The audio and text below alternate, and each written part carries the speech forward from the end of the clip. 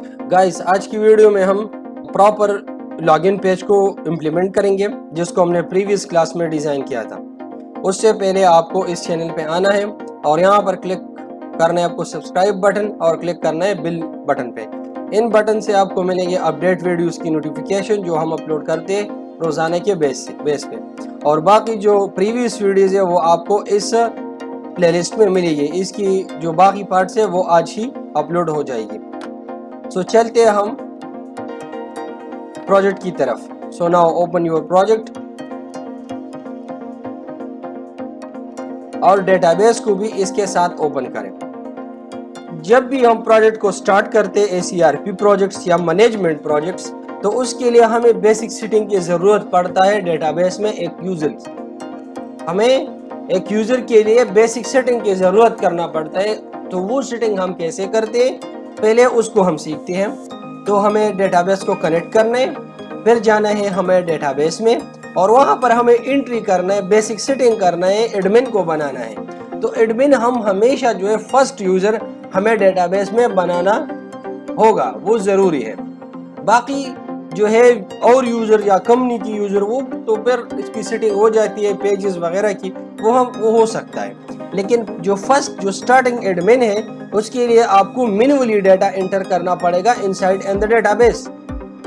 सो चलते हम इसमें बिजनेस ERP में और फिर टेबल्स में, और टेबल में हमें जाना है first TBL user type. Right click करें यहाँ पर और एडिट पे जाइए आप, और यूज़र टाइप में हमें यूज़र्स को एंटर करना पड़ेगा, उनके टाइप्स को। तो चलिए मैं यहाँ पर पहले एडमिन को एंटर करता हूँ, फिर यहाँ पर कर देता हूँ मैं सब एडमिन, और यहाँ पर head office user, head office की जो यूज़र होते हैं सब ब्रांच यूज़र, या और भी बहुत से टाइप्स आप यहाँ पर ऐड कर सकते हो। ऑपरेटर्स की, अकाउंटेंट की, और भी बहुत से उसमें हो सकता है। KYC की और भी जो है यूज़र टाइप्स है वो आप यहाँ पर ऐड कर सकते हैं और इसके बेस पे आप यूज़र को क्रिएट कर सकते हैं। लेकिन फर्स्ट हम जो है एक यूज़र को क्रिएट करते हैं जो एडमिन है, जो इस सारे सिस्टम को जो हम बनाते हैं ERP सिस्टम को इसको मैनेज करेगा। तो हमने पहले जो है यूज़र टाइप टेबल में हमने कुछ यूज़र्स टाइप्स की जो है वो यहाँ पर हमने ऐड कर लिया। फिर उसके बाद हम यूज़र पे चलते हैं और यूज़र की एडिट पे चलते हैं, और यहाँ पर आप देखिए एक यूज़र टाइप है और बाकी डिटेल है यहाँ पर। तो यूज़र टाइप में हमारे पास जो है इस यूज़र टाइप की एडमिन का यूज़र ID क्या है, 1 है। तो हमें 1 यहाँ पर एंटर करना पड़ेगा। यूज़र ID में हमें कुछ नहीं एंटर करना है, वो आइडेंटिटी कॉलम है, वो खुद ब खुद जो है उसमें डेटा ऐड हो जाएगा।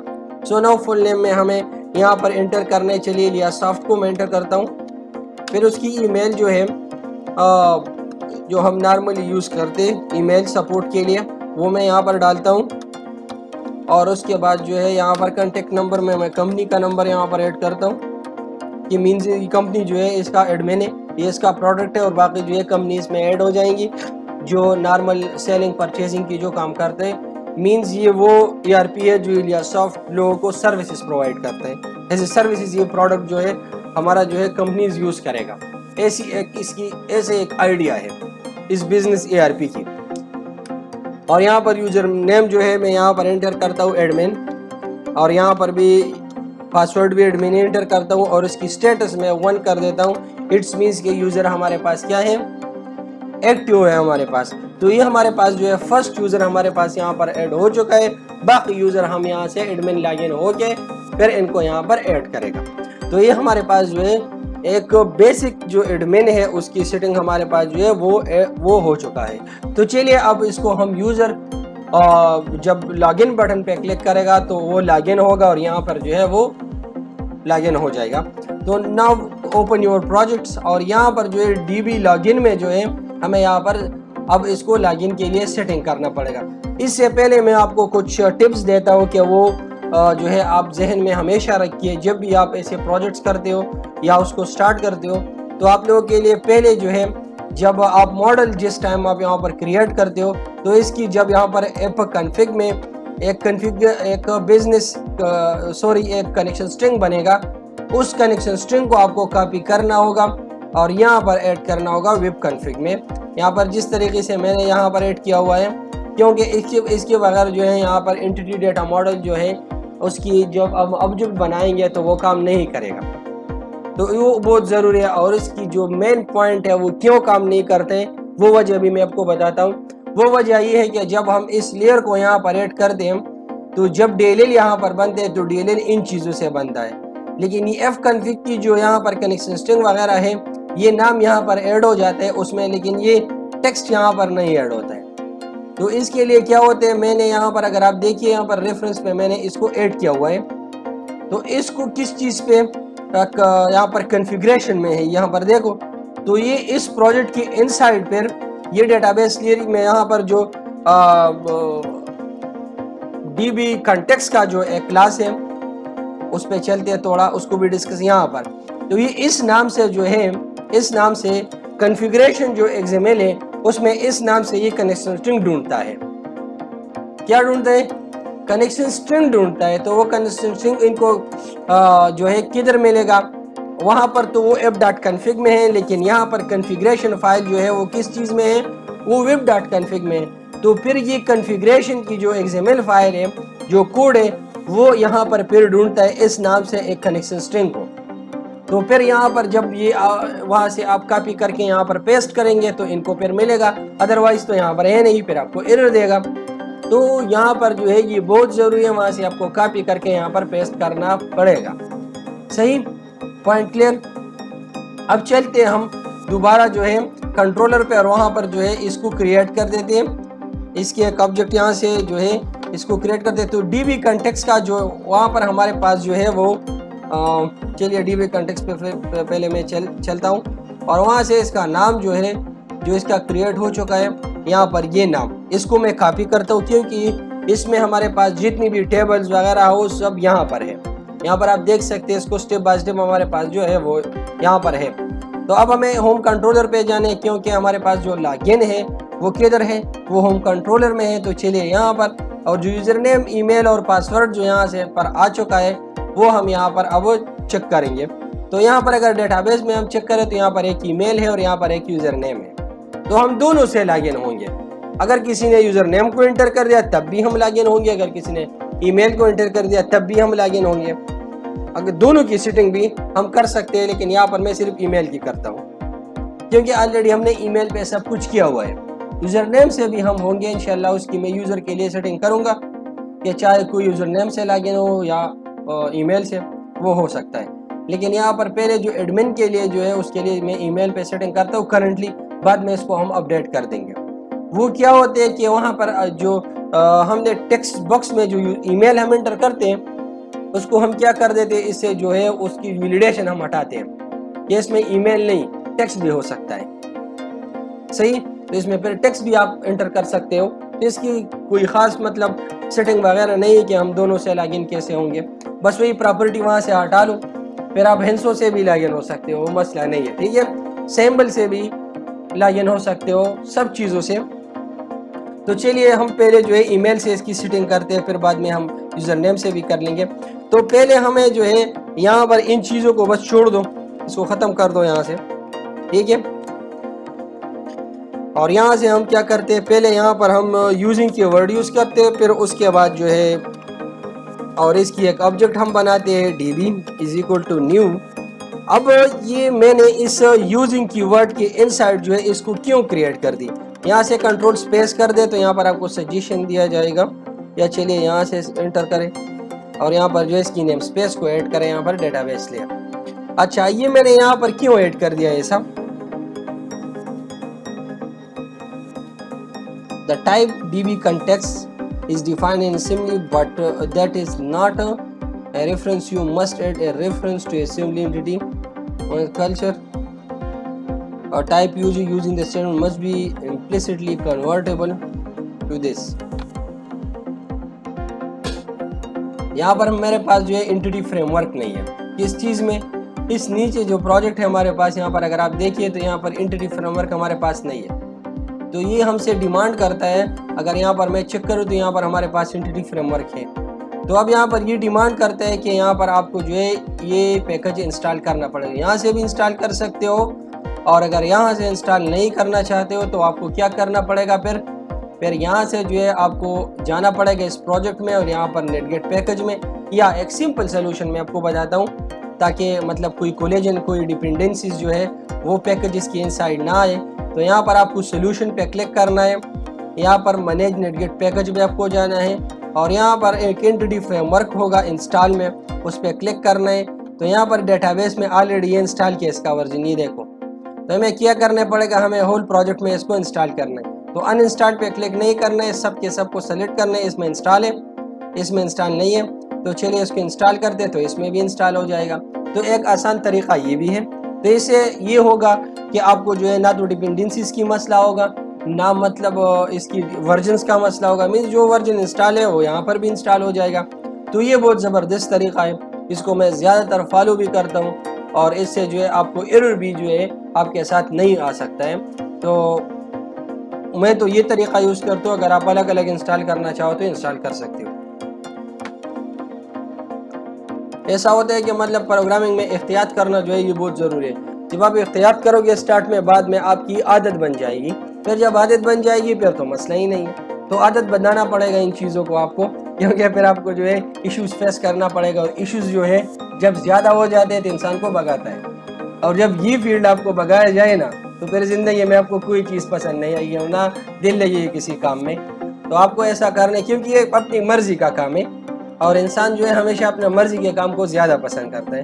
तो हमेशा जो है जो तरीक़े मैं आपको बताता हूँ उनको फॉलो करो और उनको अपना आदत बना लो।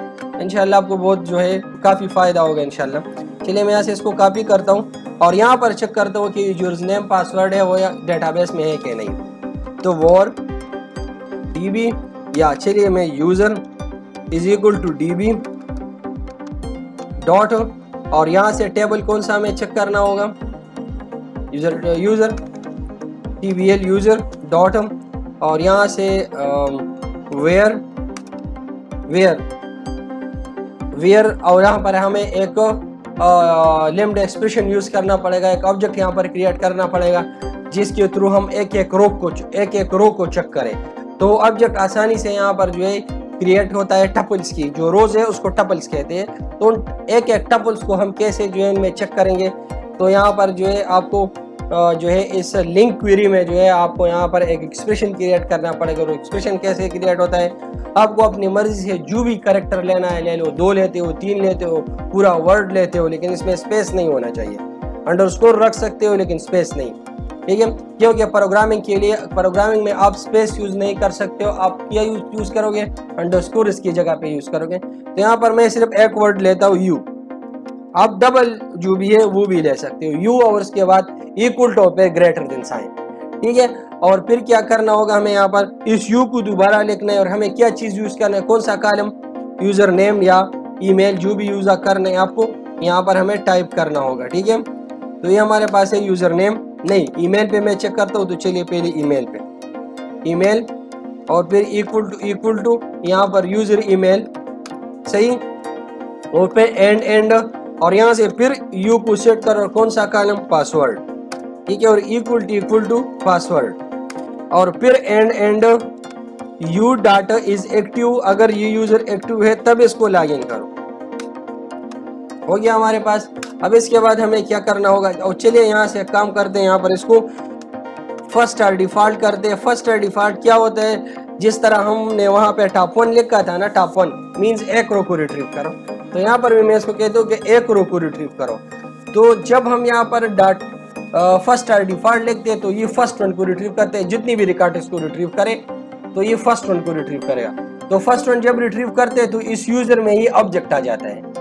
तो अगर ऑब्जेक्ट है नहीं, इसने रिकॉर्ड रिट्रीव नहीं किया, तो यूजर में क्या होगा, नल होगा, एम्प्टी नहीं होगा, ठीक है ना, ये क्या होगा, नल होगा। तो हमें यहाँ पर वैलिडेशन जो है वो आसान होगा हमारे लिए।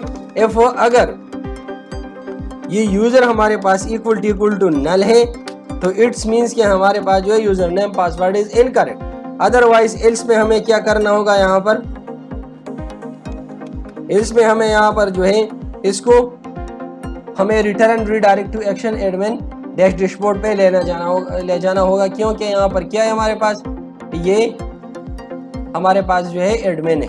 इफ अगर इस user dot user type ID is equal to, sorry user ID नहीं, डॉट यूजर टाइप आईडी अगर इक्वल टू क्या हमारे पास 1 है यूजर टाइप हमारे पास एडमिन की, अगर 1 है तो इसको यहाँ पर जो है इस डैशबोर्ड में लेकर जाओ इस सेक्शन में, अदरवाइज जो है एल्स में हम दूसरे को करेंगे, तीसरे को करेंगे और रिटर्न एडमिन हमने कर दिया, फिर सब एडमिन के अलग डैशबोर्ड होगा, ब्रांच यूजर के लिए अलग डैशबोर्ड होगा। इसी तरीके से हम इसमें उन सेटिंग को फिर करेंगे और इसमें हम सेशन भी बनाएंगे, लेकिन करंटली हम नहीं बनाते, वो और वीडियोज में इंशाल्लाह हम इसको डिटेल से डिस्कस करेंगे ताकि हर चीज़ की हमें अलग अलग मकसद का पता चल सके। अब ये return redirect to action admin हो गया हमारे पास, और यहाँ से जो है मैं एक मैसेज को यहाँ से जो है उसको वहाँ पर पास करता हूँ, और वो मैसेज हमारे पास क्या होगा, view bag dot error message, हमारे पास ये एरर मैसेज और इक्वल टू यूजर नेम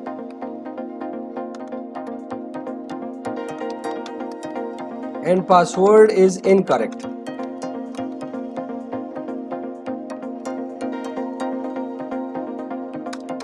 अब इस मैसेज को हम वहां पर शो करेंगे, तो चलिए इसको यहां से कॉपी करें,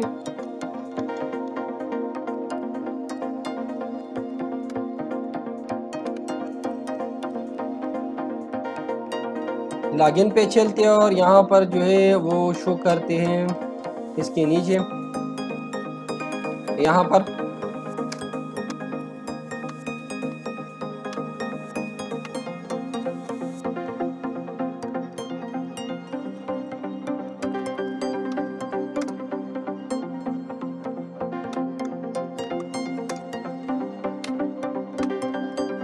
और इसके बाद जो है इसको रन करते और चेक करते कि हमारे पास जो लॉगिन पेज है वो प्रॉपर तरीके से जो है वो काम करते कि नहीं।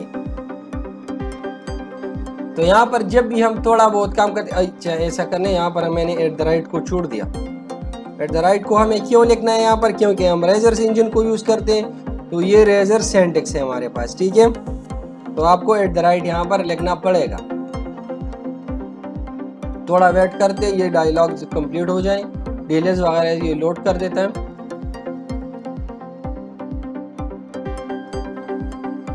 अच्छा अब ये देखिए यहाँ पर अगर मैं यहाँ पर देखूँ तो user name and password is incorrect पहले से ही शो रहा है। क्यों?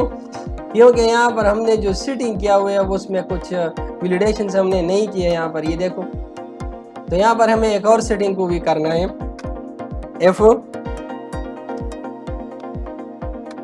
या एक काम कर देता हूँ मैं यहाँ पर, या चलिए यहाँ पर F अगर string dot is null or empty, हमारे पास यूजर ईमेल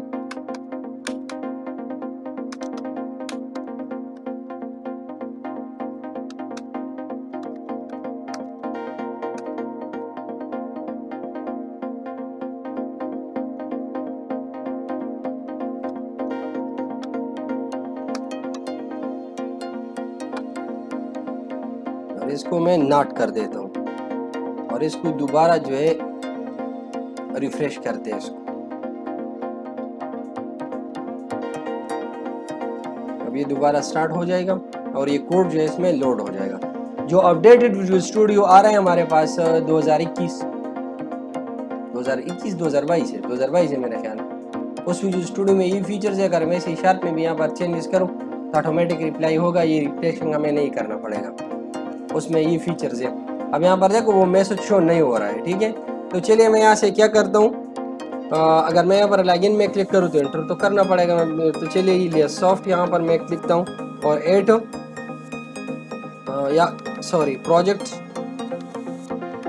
प्रोजेक्ट्स @iliassoft.net और फिर .net मैंने लिखा है, उधर